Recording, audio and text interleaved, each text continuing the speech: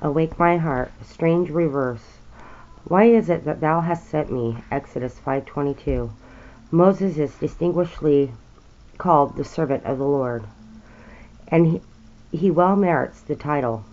The scriptures record of his life is full of weighty lessons to all who would be the Lord's true servants. We are all familiar with his early history by a singular providential interposition. He was snatched from death as an infant and actually reared among the Egyptian royalty. He became learned in all the wisdom of the Egyptians, mighty in words and in deeds. Acts 7:22. His sympathies, however, remained with his own people, the enslaved and downtrodden Hebrews, and he was not ashamed to identify himself with them, which doubtless would be the covert talk of the royal court. Acts 7:25.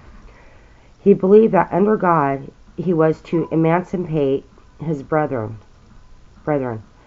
and he struck a first blow to that end, but it was based on a wrong assumption. Acts 7:25.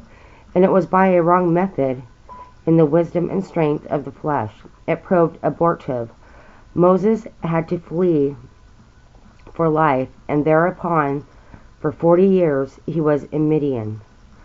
Then when he was 80, the unexpected happened. From the burning bush of Horeb, God called him to lead the exodus of Israel from Egypt. By this time, however, so thoroughly had those 40 years done their work that not only had Moses' impulsive spirit died down, but he who had once run before God now lagged behind. Moses did not want to go. Was it that he dreaded the busy turmoil of those teeming hives of population? Was it that the pressure of years declined him from such exertion?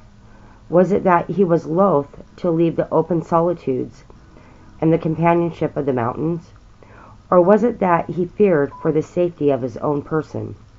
We do not know, but God gave him such signs and tokens that eventually Moses was constrained.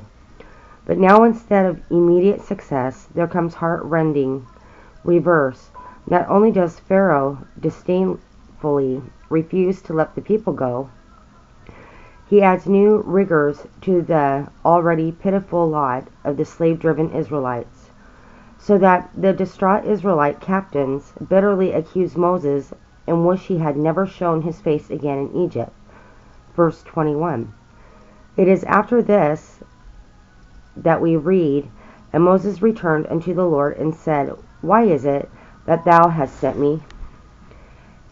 Have we not all had experiences of a like kind? We have felt the unmistakable urge of the Spirit to some new form of service, or to some special line of action, and have obediently pressed forward, confident that the inward urge itself was the guarantee of immediate success.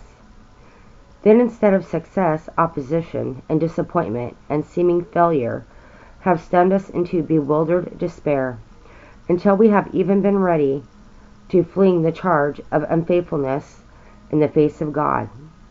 What can we say about it? Well, the truth is that the irony of refusal and the agony recoil were graciously preparing Moses for the greatest experience and mightiest service of his life.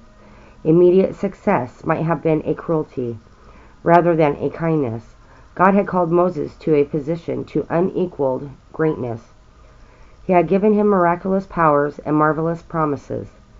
As with all such elevations and privileges, these by themselves were a danger. Moses must be taught to rely on God alone. So must you and I. And God is gracious by whichever means he accomplishes this.